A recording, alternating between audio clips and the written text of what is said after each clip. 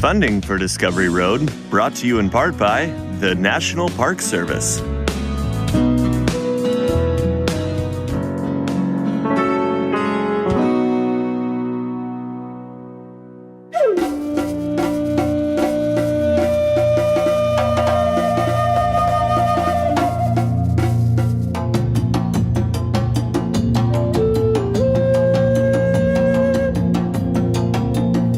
Hello again, everyone. Welcome to another edition of Discovery Road. I'm James Nelson. A big, powerful, imposing mountain range bears the name.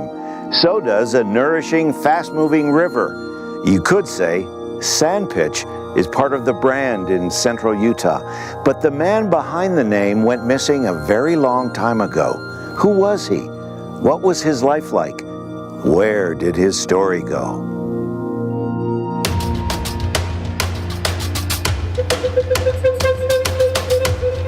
The prehistoric people left their mark with rock art, artifacts, and ancient ruins scattered along the landscape in this territory. In more modern times, Native Americans settled in the area and made the land their home. Then came the inevitable clashes with settlers, pioneers, and the Mormons who were trying to make home in the western wilderness. It all spiraled downward into war. And when a white killed an Indian, the Indians were going to go out and kill whites. And it didn't much matter if it was the right person or not. And in Mormon Indian warfare, it wasn't that much different, because as long as one side killed somebody on the other side, they felt that they'd achieved some form of justice.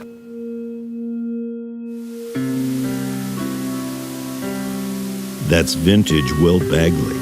Don't be fooled by his frontier look and his grizzly bear approach to telling a story. He's been honored many times. He's very well respected.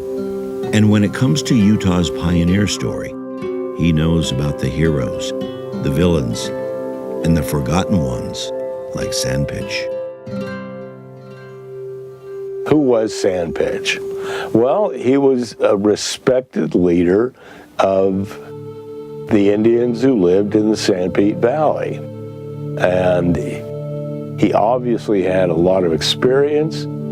He had a number of different talents. And he was the guy that when the Sanpete Indians had a tough project to take on, he was the guy they wanted to lead them.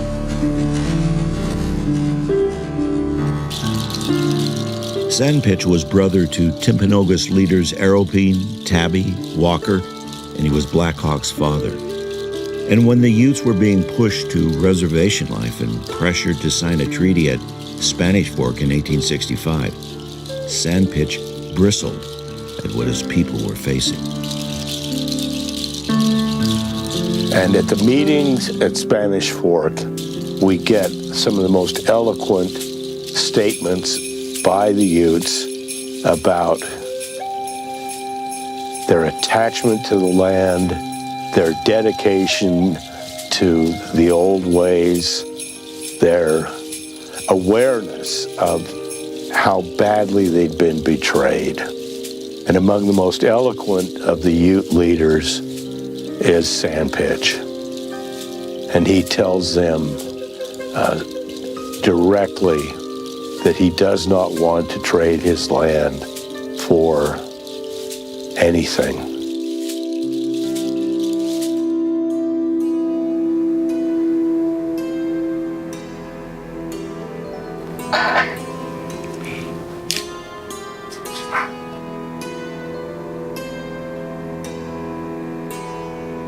I'm not going to talk about the treaty. I do not question the paper, but I do not want to trade the land, nor the title to the land. It used to be the Lord's land, but now it is the Mormons' land and ours. The maker of the land is probably dead and burned now. It is not the Utes' land now. I am friendly to both parties, both the Americans and the Mormons. I do not care anything about the talk of the boys. Reading words spoken by Sandpitch, Forrest Cuch finds a deep connection to his Native American way of life. Our people adapted to this land over centuries, and it is a part of us, and we're not willing to break away from it so quick. These lands are sacred to us. They're who we are. We're Earth people. We're native people of the earth. It's our heart and soul.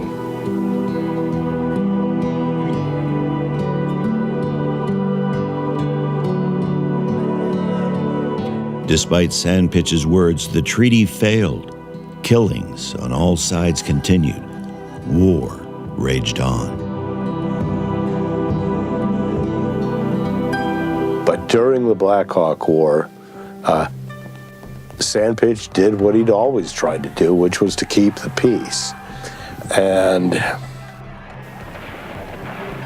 the trouble was there wasn't any peace to keep. Sandpitch was jailed in Manti, but he escaped with 3 others. And then the Mormon militiamen hunt him down and murder him. And that's another one of the brutal realities of Utah's glorious history.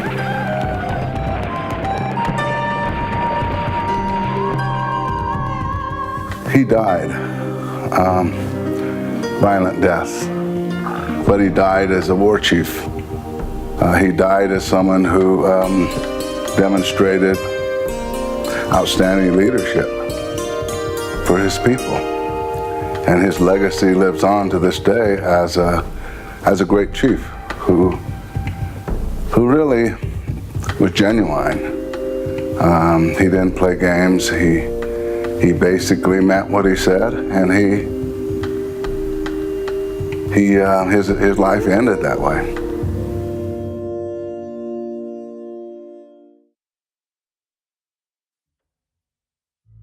That's why I didn't want you to bring your cars up here, because I think it's just a little bit too rough for a car. There's some rocks in the road. I'll take you right to the waterfall. 72-year-old Irel Despain is right at home in this part of the Sanpete Valley.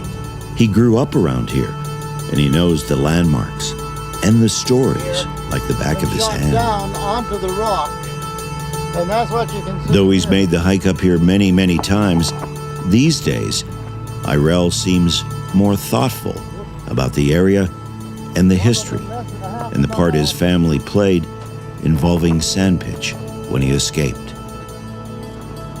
And Fountain Green sent out a posse of 6 men, and I'm sure they varied in ages, but my grandfather was the youngest, being somewhere around 12 years old, I would say. And they went out looking for Chief Sandpitch, and they found him. He was sitting on a rock up above Burt Creek, up just below the Burt Creek Falls. There's a flat, kind of a flat sloping rock right there, and then on top of that there's another rock. And it is said that he was sitting on that rock right up there. The big rock. The big rock on top of the big one. Yeah, it is saying that he got here and his braves that was with him pushed that rock out onto that big rock so he could sit there. Now, I don't know how they knew that or not. I mean, that would be between Chief Sandpitch and his braves, but it's believed that his braves moved that rock out onto that flat rock. I don't know just how they confronted him, but they confronted him, and he pleaded for his life. He was saying that he was a sick man, and please don't hurt me. But one of the 6 people shot him. And after he shot him, they felt real bad.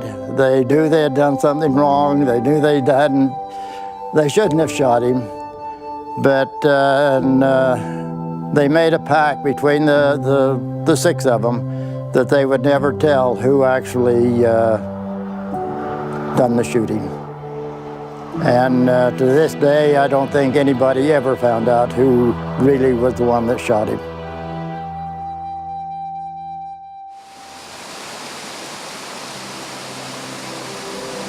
The hike to Birch Creek never gets old for Irel Despain. The beauty of the falls is always refreshing. But the story of what happened on the side of the mountain near here wears on a person. That made me think a little bit about our family and a little bit about the history. And it really made me stop and think a little bit about really what happened there. Because I think it was pretty sad, the things that really happened. I can't say that it wasn't necessary, but it was sad the way things really happened. There's no signs, or there's no monument, or there's no indication of this ever, happening up there where we was today. And, I think it's important that people know about this. And the only way we can know about it is by word of mouth. And my dad passed it on to me, and my brother, and myself. And I think it's important that we pass it on to, to other people. Otherwise, nobody's going to know this really happened.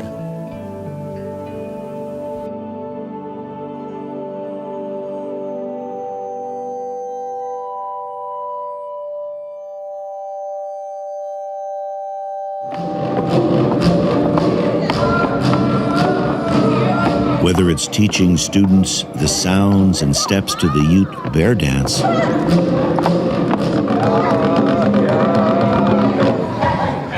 or the origins of his name.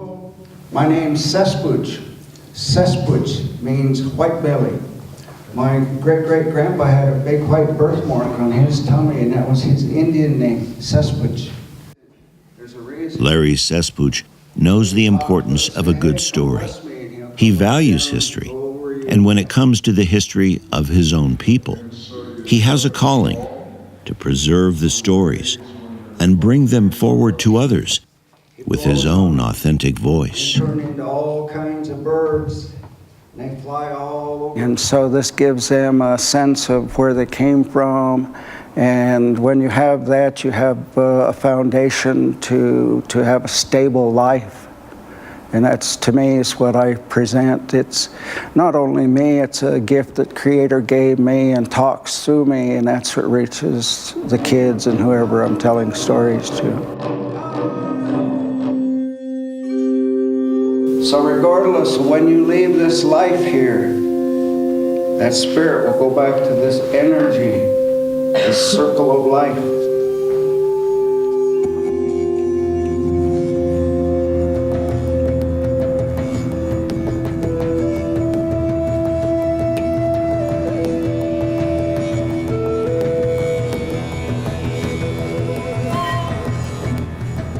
The story of Sandpitch is unseemly, but in many ways is something Larry Cesspooch understands.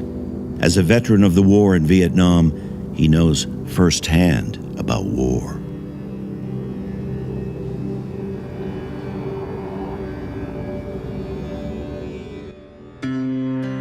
Go into war, whoever your enemy is, you've got to dehumanize them.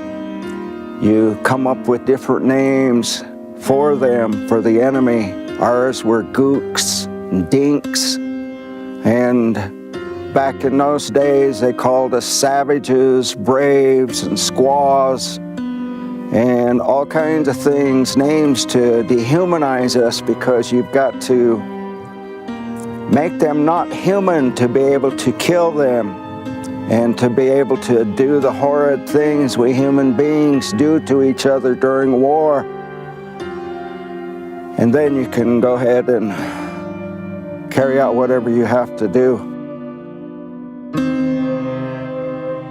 Sandpitch was made to seem ugly by those who killed him while he was standing up for his people and their land. All of those things that people enjoy now, they think they have title to, but those were all our lands before them. And everything they enjoy and love about it is what we loved about it as well.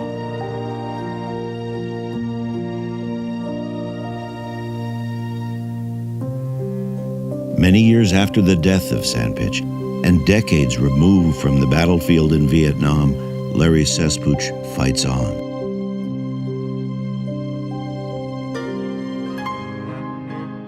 We can't go back and change the way things were, how they went down. All we can do is make sure that it doesn't happen again. So we fight for whatever land we have left, which is in the form of a reservation, and make sure that our future generations have the same benefits, way of life, culture, and traditions that we had. The girl animals start getting all upset. Oh, don't be talking about us. Come get in your face.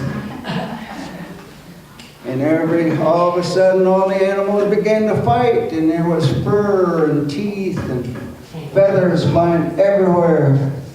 And every time you go, it creates chaos. It runs away.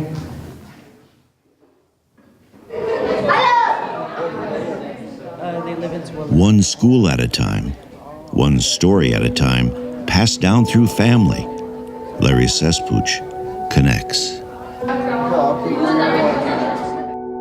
The coyote is both negative and positive in that coyote helps us learn through lessons. And so coyote is really devious sometimes, and other times it's the good spirit and shows us through what it does. Even though it's devious, we're all good. We're all good to begin with when we come into this life, but it's because of situations in our lives that things change, and coyote does both of those things perfectly.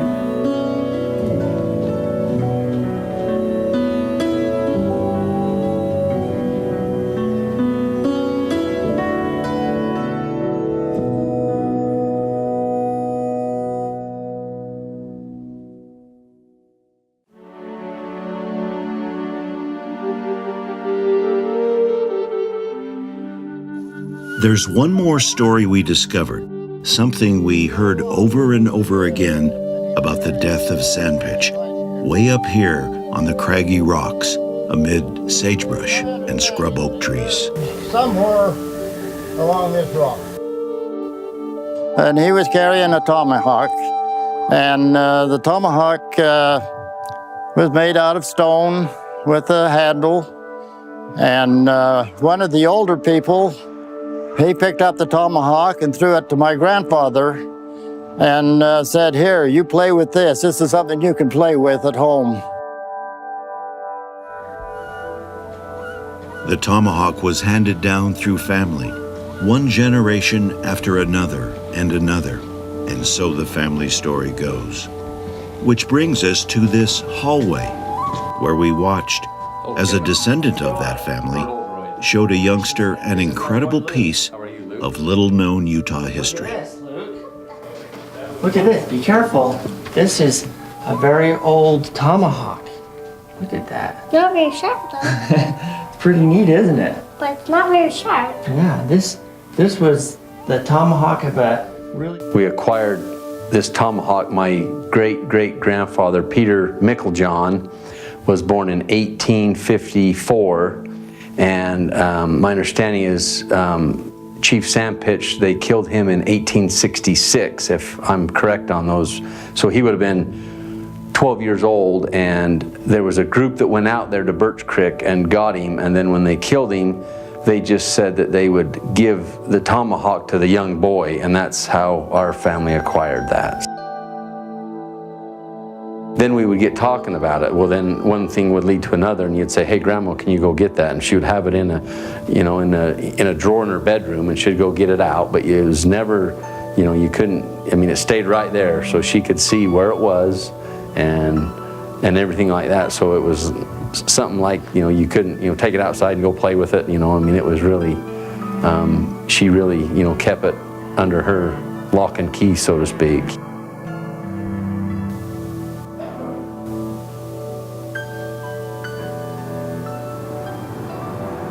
Fitting that in this quaint museum at 150 South State Street in Mount Pleasant, Utah, that we have one more look at the Sandpitch Tomahawk. It was here, or near here, that Black Hawk signed the final peace treaty, where war ended, and now, where the story of Sandpitch and his tomahawk have been unearthed. Take a couple pictures for the newspaper, then from the Sandpitch Messenger here. So go about keep talking and look at you guys. I'm kind of curious. This particular artifact is impressive not only because it comes from a time period that we're still learning more about, and there's also a dearth of tangible evidence that remains. And so here's an artifact that might just be Sandpitch's tool that he had over 100 years ago, and for not only for it still to be around, but to be in the condition that it's in and have the opportunity to hold it, to look at it, to get up close with it, to feel it. That sort of tactile historical experience is impossible to replicate in any other fashion. It's metal. It's not stone. Yeah. So what would you use this for? I have no idea. Like I say, he was a chief, and I'm not sure if it was something that he used every day or if it was more like a ritual thing. So I'm not that familiar. And then he paid. Well, I mean, I guess the two thoughts I wonder is what's the back of it, right? And if was it originally sharper than that? If this is, proven to be authentic, which it sounds like, from what we've done, a little bit of research, it does sound like that's more likely than not. It might be one of the only artifacts that was actually possessed by Sandpitch, right? And it can tell us, again, about how he lived, just the fact that this was an item that he had on him when he was killed, that tells us about the ongoing warfare that his people were experiencing in the 1860s, just how violent those times were. Historian Mark Miller has written extensively on Native American history, culture, and heritage. He sees the Sandpitch Tomahawk as a rare find that speaks to us. Just the fact that he had to carry weapons and on his person and had to, fight for his survival at that time period, I think that artifact almost speaks to that experience that he was having and how he ultimately lost that battle to remain in his homeland and, died, at the hands of the white people that were taking his country from him. I think speaks volumes to his story that we didn't know before. All too often, the exact details are murky, but we do know what happened. We know what the end is. And as nice as it would be to have all of Utah's history be inspirational and comforting, it's not. But what we need is to face our past honestly and to admit our mistakes and to acknowledge that we have forgotten way too many heroes like Sandpitch. The power of the tomahawk as a weapon on the battlefield in the American West is long gone. Or is it? Perhaps it lives on in the strength of an important story with a powerful lesson for all of us. I'm James Nelson. We'll see you next time out here on Discovery Road.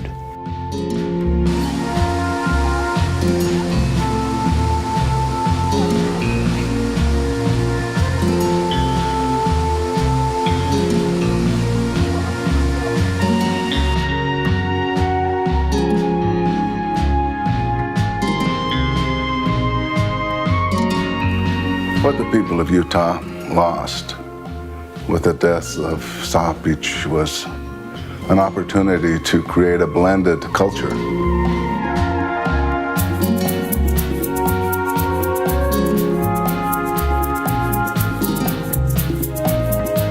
The same thing with Sandpitch.